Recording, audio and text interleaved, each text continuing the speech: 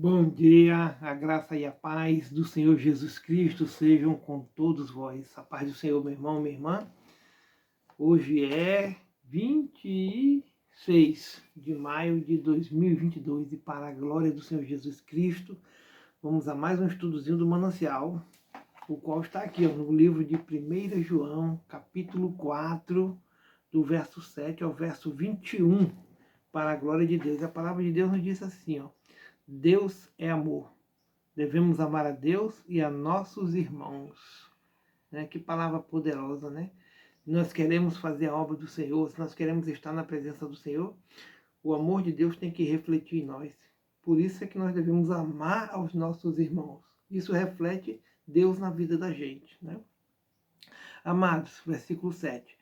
Amemo-nos uns aos outros, porque a caridade é de Deus, porque o amor é de Deus. O amor é de Deus, o amor é Deus, né? E qualquer que ama é nascido de Deus e conhece a Deus. Aquele que não ama não conhece a Deus, porque Deus é a caridade, é caridade. Nisto se manifestou a caridade de Deus para conosco, que Deus enviou o seu Filho unigênito para o mundo, para que por ele vivamos. Quer dizer, Deus é amor, e ele enviou o seu único Filho, único, não tem outro. Jesus não tem irmãos, né?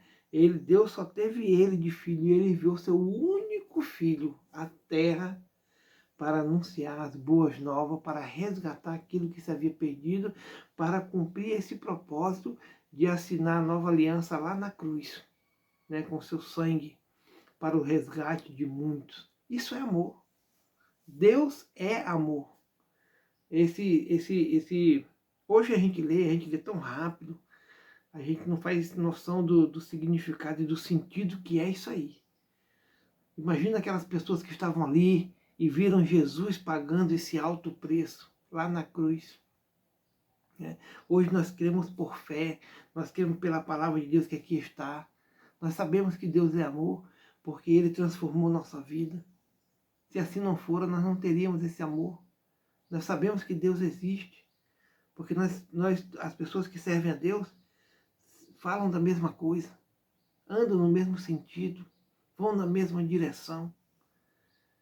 Então, Deus existe, Deus é poderoso em amor e em palavra, e nós devemos crer nessa palavra. Nisto está a caridade, o verso 10. Não em que nós tenhamos amado a Deus, mas em que Ele nos amou e enviou seu Filho para a propiciação pelos nossos pecados, quer dizer, para substituir, fazer uma substituição. Jesus está substituindo os nossos pecados, Ele está recebendo sobre Ele todo esse peso, essa carga que nós hoje carregamos.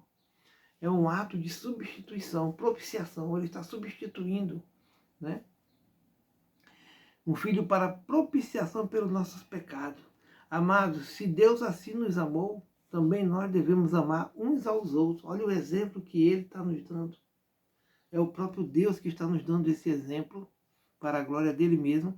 Ninguém jamais viu a Deus. Se nós amamos uns aos outros, Deus está em nós. Olha, nós estamos indo na mesma direção. E em nós é perfeita a sua caridade, é perfeito o seu amor. Nisto conhecemos que estamos nele e ele em nós, pois que nos deu do seu Espírito. Não, que nós possamos refletir nessa palavra e ter noção desse grande feito que o próprio Deus fez para nos salvar. Ele poderia ter feito assim e reiniciado, né? Reiniciado como ele fez com Noé, né? Ter reiniciado, feito tudo novo de novo. Mas não, agora ele está querendo um resgate. E esse resgate é voluntário. É voluntário, é uma substituição. Todo aquele que ouve a palavra e aceita Jesus Cristo, né? Você é transformado de dentro para fora, se torna uma nova criatura em Cristo Jesus. Isso é um plano mirabuloso do Senhor, fazer com que nós nos voltemos para Ele por livre e espontânea vontade. Agora é você que escolhe.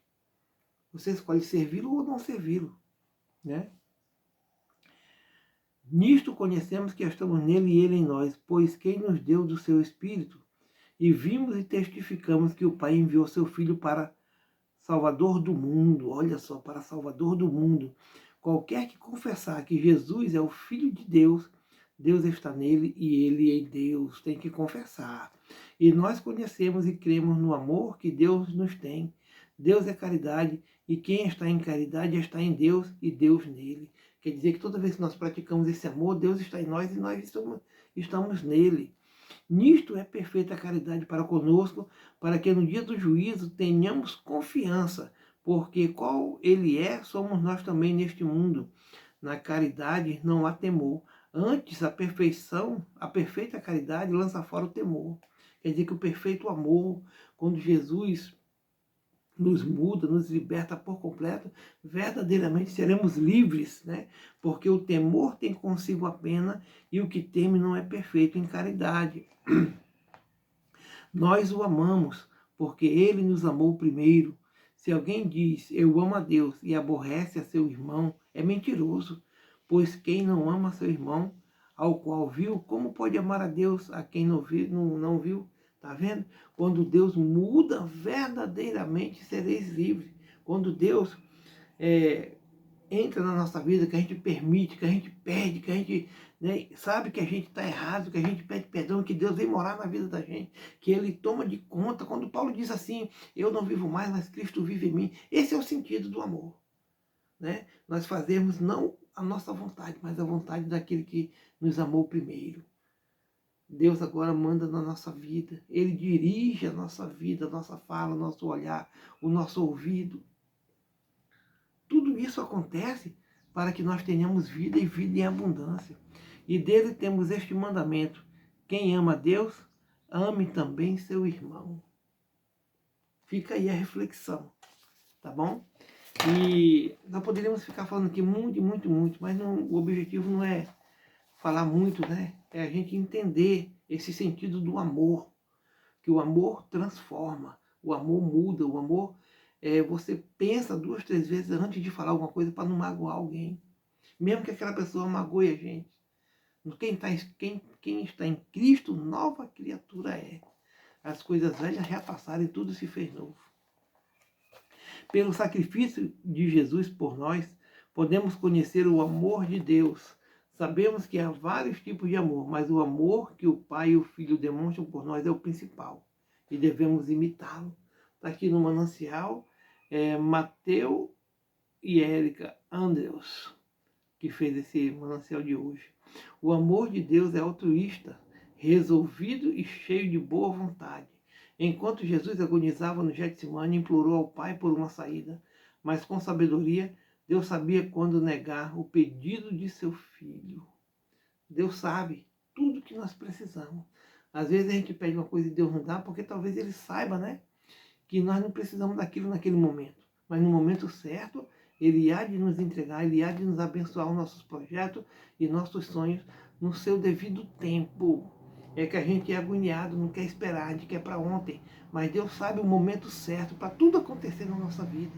Fica tranquilo, espera em Deus.